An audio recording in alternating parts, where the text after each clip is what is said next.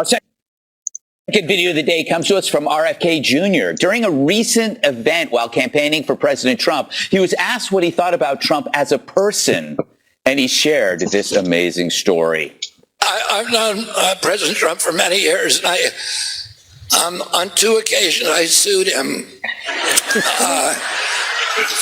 He was trying to build golf courses up in the New York City reservoir watershed, and I sued him successfully to stop that. And at one point, my wife, she wanted to go to Palm Beach for the weekend to see my mom over Easter, and I said, I didn't want to buy tickets for all the kids, and she said, what if I find a free ride? And I said, okay. Then she said, I found a free ride, and I said, who?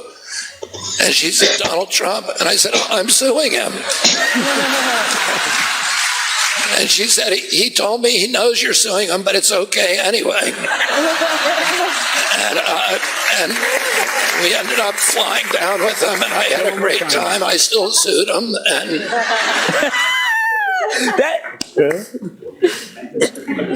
It's such an interesting story because you kind of separate the friendship from the legal stuff. It's like, yeah, you sue me, I get it, that's what you do, but I'm not, you want to use my plane, fine. I mean, some people would not understand that. No, I think I have been able to do that. Otherwise, I would have nobody to talk to at all.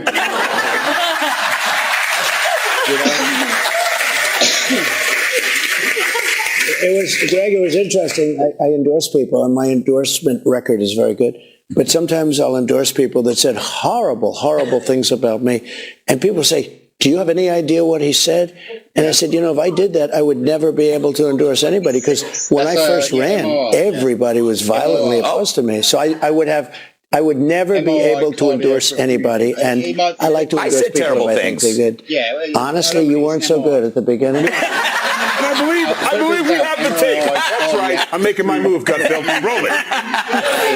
No, but I want to bring up this. A friend of mine has his theory. He says that your campaign is like a pirate ship. You have this eclectic band of supporters that are individuals and different, but they're a pirate ship. But the issue with the pirate ship is every now and then you get a stowaway. So you get an odd person like a Scaramucci or an Amorosa. It's like, when you have a pirate ship of all these different people, how do you have any kind of control? Or is that just the risk? Well, like the people that you mentioned, I don't know them very well, but the people that you mentioned, they all want to come back. They all want to come back. And when you don't take them back, I don't want them back. Certain people I don't want back. When you don't take them back, they'll say anything. They make up stories. They make up stories at levels that you wouldn't believe. Stories that bear no resemblance, that don't exist. It's like they're storytellers. But when you don't take people back, and they think of it as a glamorous life, I think, my whole thing, the sphere, I don't think of it. I just work really hard. We have to win this election to save our country. If we don't win this election, I really believe our country is either finished or very close to it, because we have to turn it. And if we don't turn it and turn it now, it's going to be too late to turn it later. I really believe that. That's interesting. On their side, they have people like Lynn Cheney, and Lynn Cheney. Liz Cheney. Yes. No. Liz Cheney's rough, but her older sister, Lynn Cheney, she's a monster. No, it's remember? She's Cheney. Chasing us with a broken beer bottle? Lon Cheney.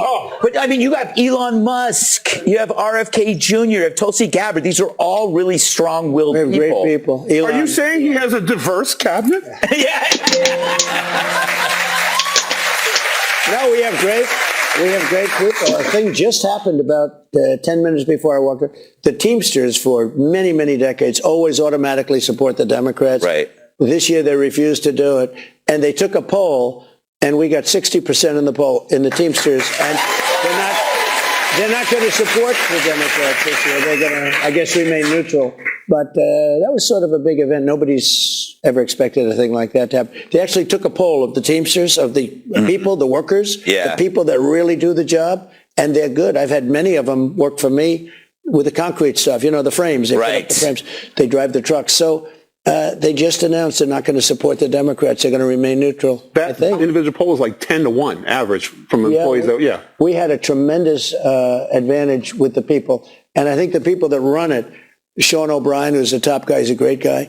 But I think they said, how can we support this person, meaning them? Yeah. But they have for decades. I think 5, 6 decades. They've never. I mean, it's been many, many years since they supported a Republican or did this. You're seeing an interesting flip in where the Democrats used to be the party of the people, and the Republicans were the country clubbers.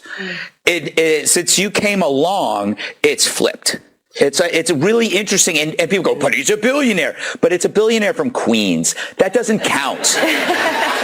Well, one of the nicest things that's happened to me as a politician is that I get most of my money from people that average $61. Think of it.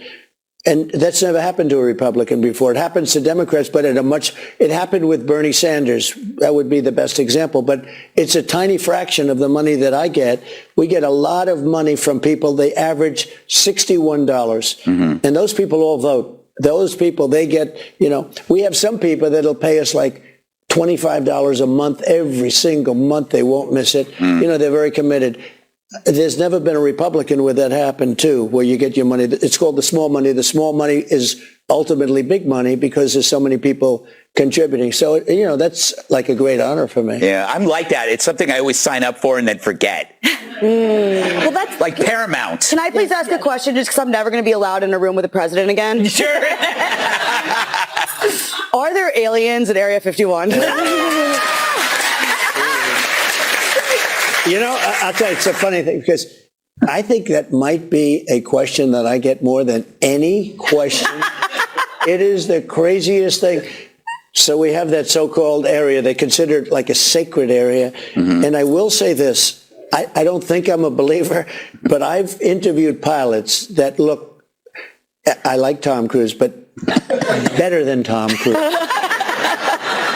The blonde crew cuts, the whole, and this, yes, sir. And they were in the Oval Office, 3 or 4 pilots. These are not people that make up stories. They said, all I know, sir, is there was a round object that was going 4 times faster than my F-22, which is a very fast plane. And it wasn't, it shouldn't have been. It was round, sir. They have seen, 4 or 5 guys I've interviewed, solid people, great pilots for the U.S. Air Force, etc. They've seen things that they cannot explain. Follow-up question. Also a maybe. Follow-up question, Mr. President. Follow-up. If in fact there are aliens, would you be willing to put tariffs on them to help us with the economy? They're not just going to fly down in here. We're going to have more fun because we got questions from the audience coming. We've got some questions from the audience. They were just submitted. Evangelina's a good one. What is something people would be surprised to learn about you? Oh, that's a dangerous question. What do we not know I got a call from a couple of people. Could you please be careful in this show? You're going to have a good time. We don't need scandals. We're leading in the polls. We don't need any scandals. So maybe I shouldn't answer that question. How about this? Do you wear pajamas? I don't. Okay. Do you own blue jeans? Do you own blue jeans? He sleeps in the suit. I have a very old pair that I saw. I doubt I fitted it. Because we were talking about this. I've never seen you at the beach. We see Biden all the time at the beach. Do you ever sunbathe? I'll tell you this. I see Biden too. All he had. Somebody told him he looks great at the beach in a bathing suit. And I think it's terrible when you see a president lying on the beach on a Tuesday and a Wednesday, and he's stone cold out. Yes. He's out. Yes. Who can sleep in front of cameras that are rolling? In the heat.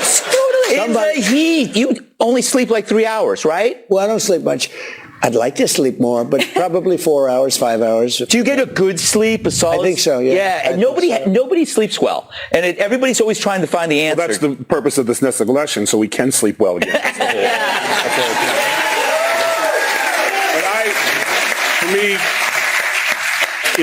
I can't wait that one day I'll be able to tell my grandchildren that the President of the United States stole my seat. And Mr. President, if you're going to sit, oh wow!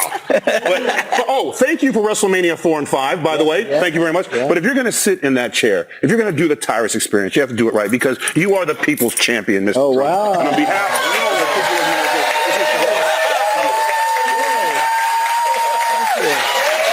I like that. Now I'm really happy. That's a real. Oh, that's That's a good one. No, it's the man who makes all the professional ones. Beautiful, yeah. There you go. The crowd. No, but this is the real one. This is a real deal. This Yeah. No, I'm going to give a fake belt to the next president. We're more used to that. That's good. Thank you, Tara. You are the people's champion. You're going to have to wear that on the golf course for safety reasons. That's a good idea, actually. Yeah. All right. Well, have you ever been fired? Like in a regular job? Well, I went to work for my father out of school, and he was a tough guy, very tough, but he liked the job I did. So I have never experienced being fired. Mm-hmm. Fired a lot of people on The Apprentice, but fired a lot of people. But no, I've never experienced it. I wouldn't like to experience it, actually. Yeah. I was fired 3 times. So far. Not anymore. Yeah. Well, we had, it's true. He didn't treat me well at all. I know. I saw him the whole time. I was like, look at this guy. Early He's so on. mean. No, early on. And I actually met him once at Mar-a-Lago, I think. And I met you at the ballroom. They were doing a big charity. I said hello. I was very nice. But he never treated me well. And then I agreed to do an interview, and it was supposed to be just a quickie. I said, look, this guy I can't stand the guy. They set up an interview, and I said, it'll be like for 10 minutes, 5 minutes, something quick. And they set up this whole thing. And the interview lasted for 2.5 hours because we got along. We had an unbelievable chemistry. And I can honestly say, I really think, because I love what he says. He says, look, maybe he's not a nice guy, but he gets everything done. Would you rather have a nice guy where the country goes to hell? But I do. I get it done. And I think I'm a nice guy, too. I like to be a nice guy. But he did this interview. So, and I'm going to take total credit for the show, okay? Yes. No, credit almost equal to you guys. It was just chemistry. We got along incredibly well. And that was it. And then he did a 5-parter. Yes. Every night he had Trump on, and he got ratings that were through the roof. And honestly, his ratings were okay, but they weren't setting he got ratings that were through the roof. He was the #1 show of the week. It was the great. And you know what? It never stopped. Yeah. So I take full credit. Take full credit. We're going to run this one a few times. Don't go.